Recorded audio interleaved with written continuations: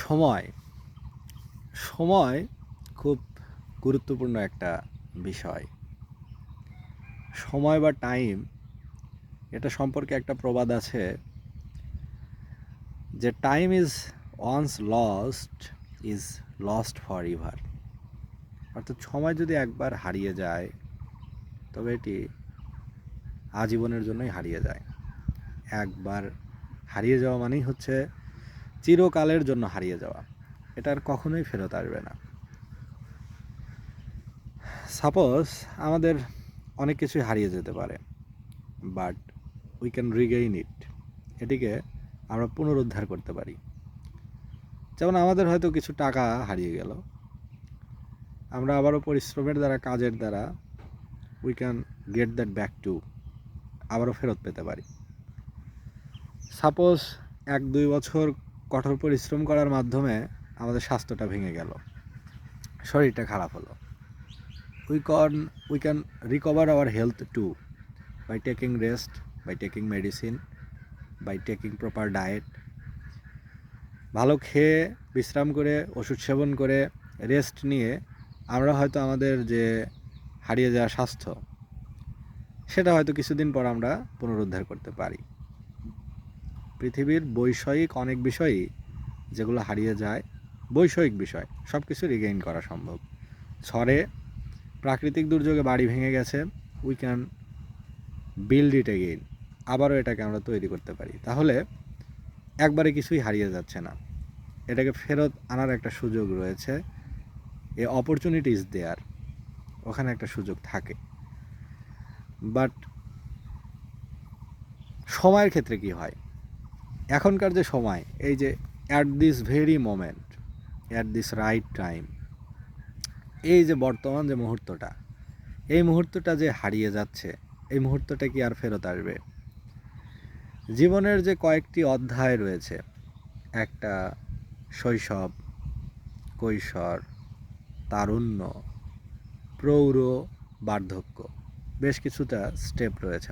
মানুষ একটা শৈশবে থাকে, যখন একটা টাইম থাকে ইনফ্যান্সি, একদম যখন তেনার ভিতরে থাকে, ছোটকাল।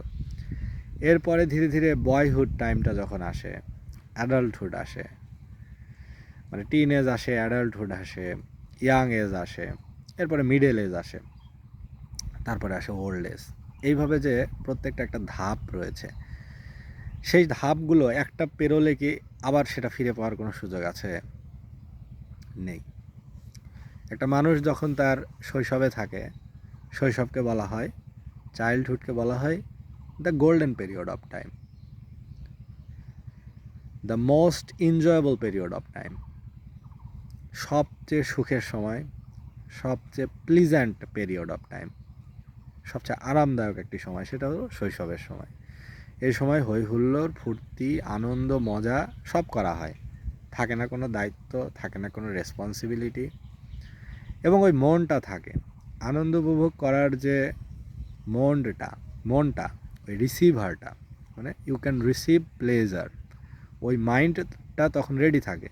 বাট মানুষ যখন ডে বাই ডে বড় হয়, তখন অভিজ্ঞতার দ্বারা তারা অনেক অভিজ্ঞতা লাভ করে, এক্সপিরিয়েন্স লাভ করে, জ্ঞান লাভ করে, নলেজ লাভ করে, তারা অনেক উইজডম, প্রজ্ঞা, এটি তারা অর্জন করে। এবং প্রজ্ঞা, তারপর জ্ঞান, তারপরে বাস্তবতা, অভিজ্ঞতা, অনেক কাঠখড় পোড়ানোর পরে পদে পদে থেকে শিখে মানুষ যখন পরিণত হয়, যখন ম্যাচিওর্ড হয়,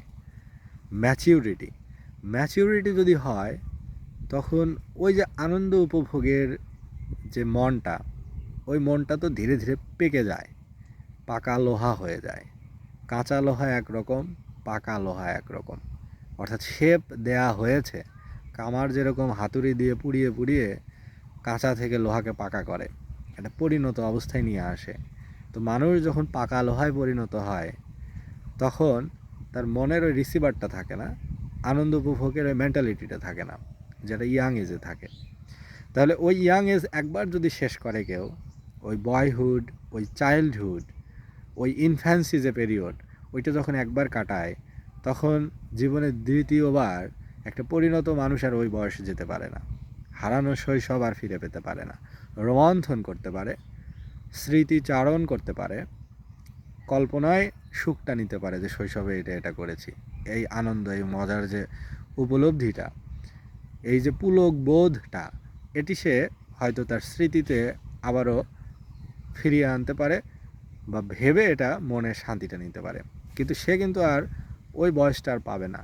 লম্বা থেকে কিন্তু 5 ফুট বা 6 ফুট মানুষ থেকে সে কিন্তু আর ওই 2 ফুটের ওই মানুষটা আর হতে পারবে না। এই যে জীবনে যে সময়, এই সময়টা সবসময়ই একটা চলে যাচ্ছে, তো আমাদের নতুন কিছুকে রিসিভ করতে হচ্ছে। পেছনে ফিরে আসার কোনো সুযোগ নাই।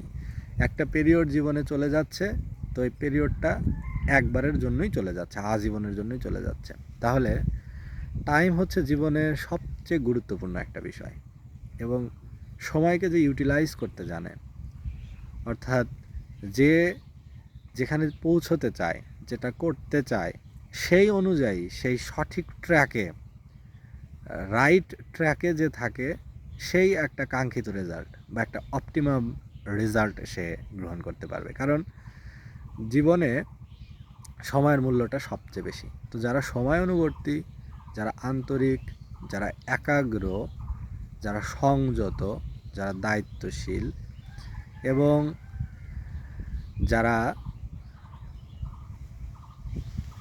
সময়ের কাজ সময়ে করে এবং অতীত নিয়ে থাকে না, অর্থাৎ পাস্ট যেটা, ওটা তো গেছেই, ইউ ক্যান নট রিগেইন ইট, তুমি আর এটা ফেরত পাবে না।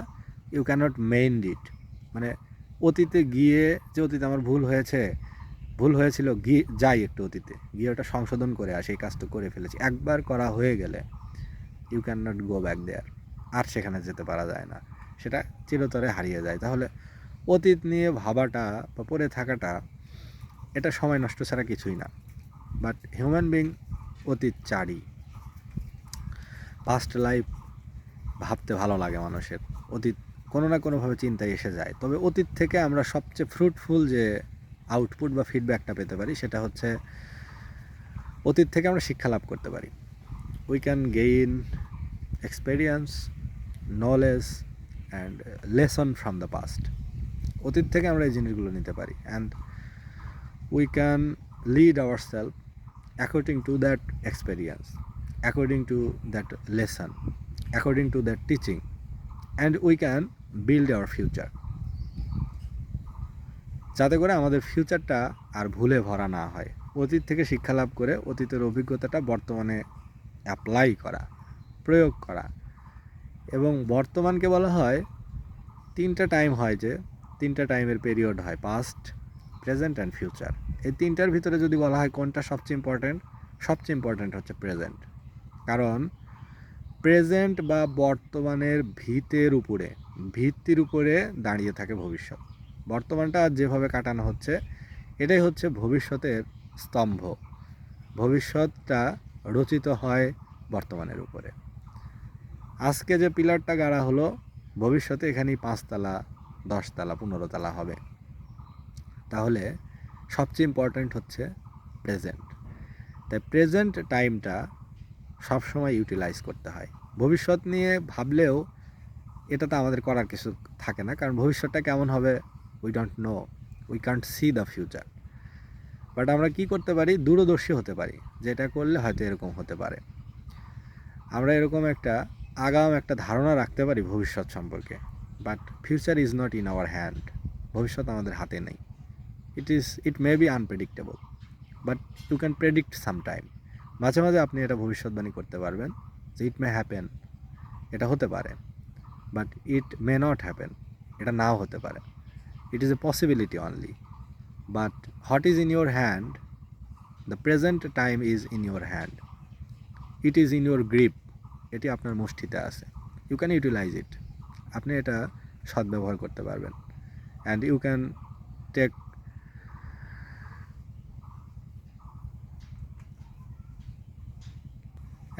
Take the best of present time, এবং বর্তমান সময় থেকেই আপনি সর্বোত্তম জিনিসটা আপনি বের করে নিতে পারবেন।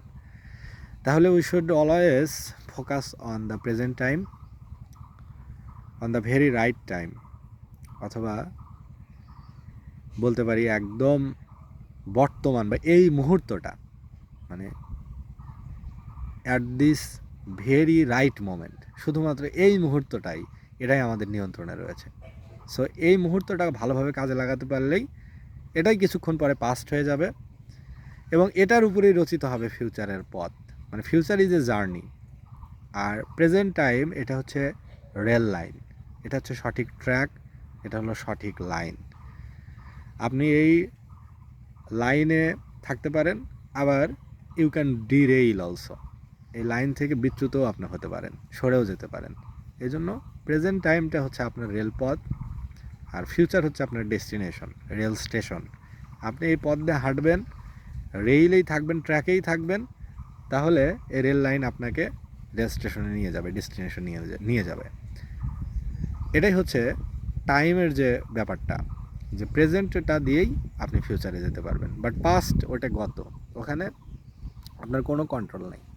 You have no control over past, it is just a mere waste of time. আপনি যত এটা ভাববেন, এটা শুধু আপনার সময়টাই নষ্ট করবে, আপনার ভ্যালুয়েবল প্রেশাস টাইমটাই নষ্ট করবে। But what you can take from the past is the experiences, is the bitter lessons, it can be taken from the past, এটা অতীত থেকে নেওয়া যেতে পারে।